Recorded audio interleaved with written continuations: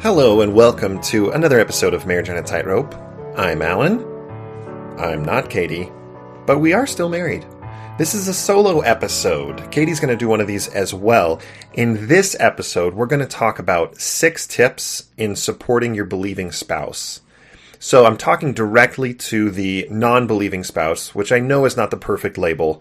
Labels are awful and everyone hates them, and that's what our society has decided. But just for simplicity's sake, we kind of put those labels on it. And I have 6 tips that I want to talk to you about briefly and give you some examples. Some of them you'll recognize from past episodes.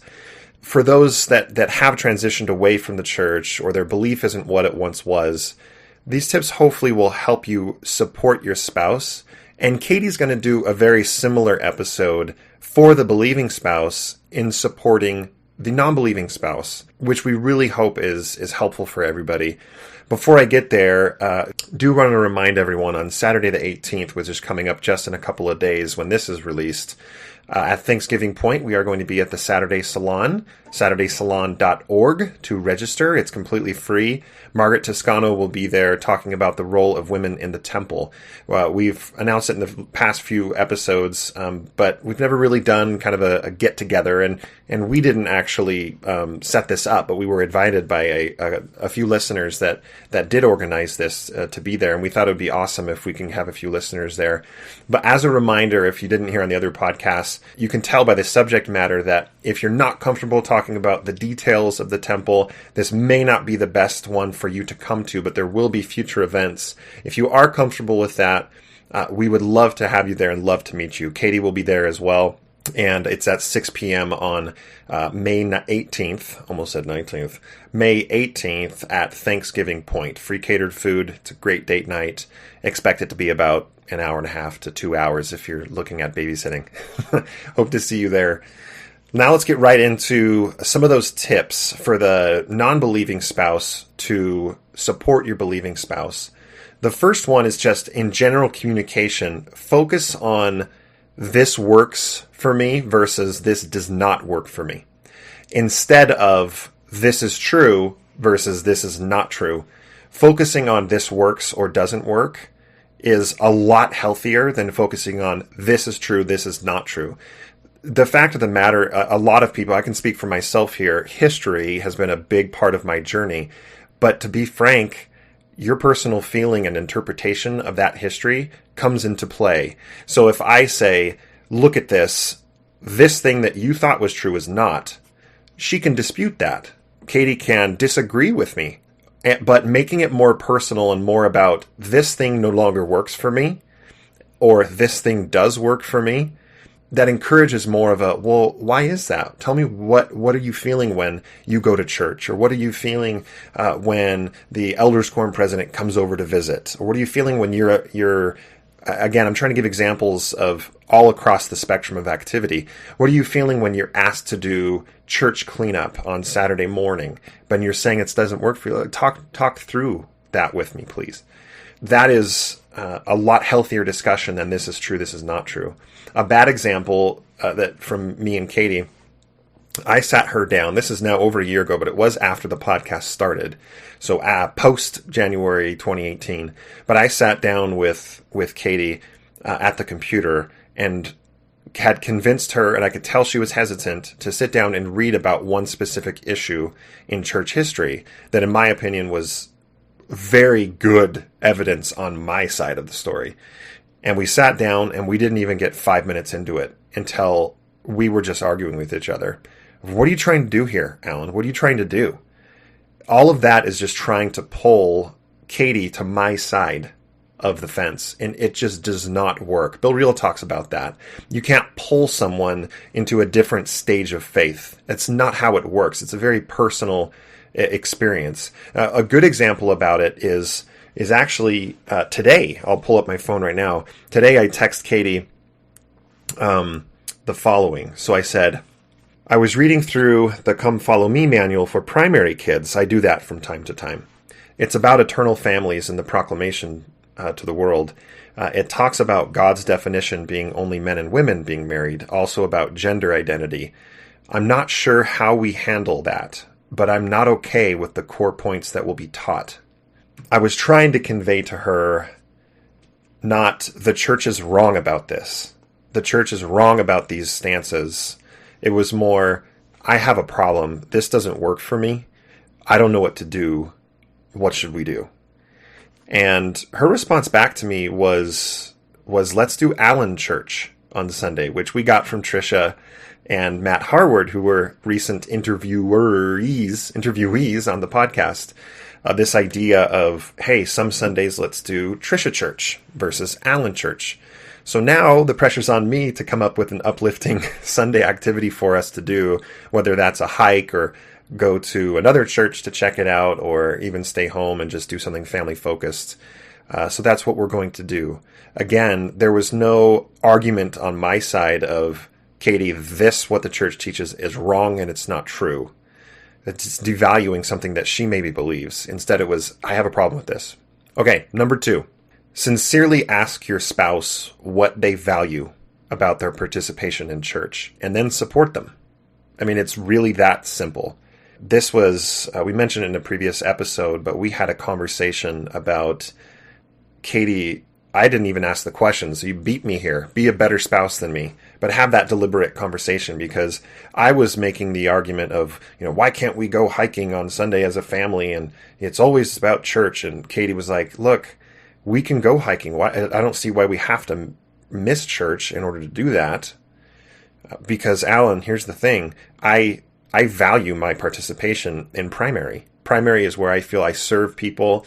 Primary is where I feel like I can be a good influence on the children. And that's how I feel I serve God. And in that moment, it kind of clicked for me of, this isn't about trying to pull her out of church. I finally understood and listened to her words and just trusted her. I don't value primary. I have deep concerns, as you saw in my text message, about some of the things that maybe the kids will learn, but I can focus on, it does work for her, and she does value her participation in primary. So from then, I said, you're right. If you need some help preparing a lesson, or you need me to download a video for you to play and throw it on a thumb drive for the kids, whatever you need help with for primary, I'll be happy to help you, because I know that she values it. Number 3, ask what their greatest fears are with your newfound beliefs. What are they scared about? Then openly discuss it. So a lot of people, I'll say, no, I won't even say that. Just, you can have the conversation yourself with your spouse. But I asked Katie, it was on my birthday of 2018. So now it's been a little over a year, about 14 months ago. I asked her, like, what are you worried about? What comes next? What behavior changes are you worried for me? Or what is your greatest fear? And I was expecting something like, well, I'm afraid your actions are going to split our family apart in the next life. That didn't come up. It was not doctrinal. It wasn't theological. It was 2 things. It was alcohol and church attendance. I'm afraid, Allan, that you're going to stop attending altogether. And the idea of being a Sunday chapel widow is frightening to me. I don't want that to happen. And the other is, I'm really worried about you drinking alcohol. I don't know how I would take that. Well, that was in March of 2018, and I stopped attending church in basically in December of 2018, so about 9 months after that. And by that point, she had seen enough of this doesn't work for me, and enough of the effort I was trying on my side, that it wasn't easy for her when I stopped, but she knew that I couldn't do it anymore. It just was not part of the cards. And yes, I've gone back for Easter. I was there for Mother's Day, but ongoing church attendance just is not something that works for me anymore. And that greatest fear, I think, now looking back, again, she can talk to this, but it was not as huge of a deal because she is focusing on it. She understands this does not work for me anymore. And alcohol, will actually have a separate episode all about alcohol because that has changed as well. Foreshadowing. Number 4. This goes along with that last one. Don't hide any behavioral changes from your spouse. If you feel that you need to make a change, church attendance, drink coffee, stop wearing garments, you don't feel comfortable paying tithing, tell them that. Explain why you feel that way. See how they feel about it. I didn't stop attending church right away because for me, I knew that would be hard for Katie, and it wasn't pressing down on me so hard that I felt like I was suffering mentally, to be dramatic, with my church attendance. But when it got to that point, I just had to own it and say, this doesn't work. I can't do it. It's a negative in my life, and then I'm cranky all day after. It's a negative in yours, and she completely saw it. But you have to have that communication. The big mistake I made was when I stopped wearing garments. I did not say anything. I just stopped. And that was not easy for Katie. Understandably so. It's more about the trust and the communication than it is about the actual action, even though the action is important. Those things are important to people.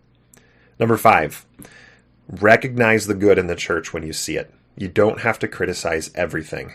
If you're still attending and there's a good message in a talk, shoot your spouse a text and say, I really liked that. If there's a conference talk that you really liked, recognize it. That's okay. If a press release comes out and you like a donation the church made, you don't have to be cynical and say, well, the only reason why they did this is X, Y, and Z. No, just recognize when the church does something good. It is okay to recognize that. You don't have to criticize everything. And by the way, this is a strategic thing too, because if you criticize everything, you're less legitimate and they're not going to take you seriously. If you recognize the good and then you do bring up things that do bother you and explain why, your spouse is more likely to listen. If you're always criticizing everything, even the things that look good on the surface, they're not going to take anything you say seriously. I completely get it. I understand. It's this sense of betrayal, the difficult way that all of this, 35 years it worked for me and I believed it wholeheartedly, and all of a sudden it doesn't. I feel betrayed. I feel lied to. I'm looking at everything the church does under a microscope and cynically or skeptically looking at it and saying, oh, I know why they're doing this. They're doing this because if they don't, then in 2 months this law is going to pass and they're blah, blah, blah. But hopefully this practice of recognizing the good when you see it is good for you personally as well. We don't want a black and white world. One of the things that I cannot stand is said in any situation is it's either all true or it is all false. It's either a fraud or it is the most perfect thing in the world. That's just not how it works. That's not how it is. When we are on this side of the fence of the non-belief, we don't want black and white either. And we have to put our money where our mouth is. We see the very real problems in the church, which means we should also be able to see the real good. Okay, and that leads to the last one, and it's a pretty good connection here. Don't dogpile if your spouse is ever critical about the church. So this is number 6. Don't dogpile if your spouse is ever critical about the church. Just listen and support them. Here's an example from me and Katie just a few months ago. She received an email. She called me when I was at work and she said, I just got an email from the church and it's bothering me. And I said, oh, what's that about? And it was an email encouraging her to vote against the medical marijuana bill in Utah. And so this is probably in October of last year. And she said, it really bothers me that they're using email to support or have me vote one way or the other. And when I heard that, what's your initial reaction? Spouses out there that are on this side. It's, oh my gosh, yes, this is my chance. She's seeing it. I'm going to pile on and I'm going to say, yeah, that's so frustrating. And did you know they did that with Prop 8? And did you know that blah, blah, blah, blah, blah. Instead, just slow down and say, oh, that's frustrating. I'm so sorry. How are you feeling about it? And just let them talk. Support them. Be the listener. Be the spouse that they need you to be. You don't have to dogpile. And again, secondary objective there. And sorry if I speak with business language, but the secondary objective there is if you do, they'll double down.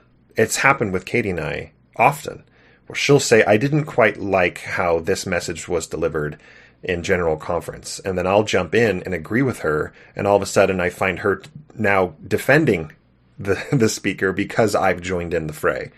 That can be frustrating, but also they already agree. And sometimes these communications are really tricky because it can feel like they have to choose between us and the church. And in reality, you don't. If you haven't read Chelsea Homer's LDS.org article about choosing between God and your spouse, well, you can choose both. You should go read that for sure. Okay, this has been a pretty quick episode, but those are the 6 tips in supporting your believing spouse. Just to run it down, if you want to write them down quickly, number 1, focus on this works versus this does not work, instead of this is true or not true. Number 2, ask your spouse what they value about their participation in church, and then support them. Number 3, ask what their greatest fears are with your newfound beliefs, and then have an open discussion about it. Number 4, don't hide any behavioral changes from your spouse. If you're feeling that you need to make a change, tell them and explain why you feel that way. Number 5, recognize the good in the church when you see it. You don't have to criticize everything. And number 6, don't dogpile if your spouse is ever critical about the church. Just listen and support them. This has been Marriage on a Tightrope. We hope you follow us on Instagram and Facebook. Just search for Marriage on a Tightrope and you'll find both the Facebook group and the Instagram account. If you want to say hi, we'd love to chat. You can email us at marriageonatightrope@gmail.com. And if you would like to support the podcast, you can go to marriageonatightrope.org.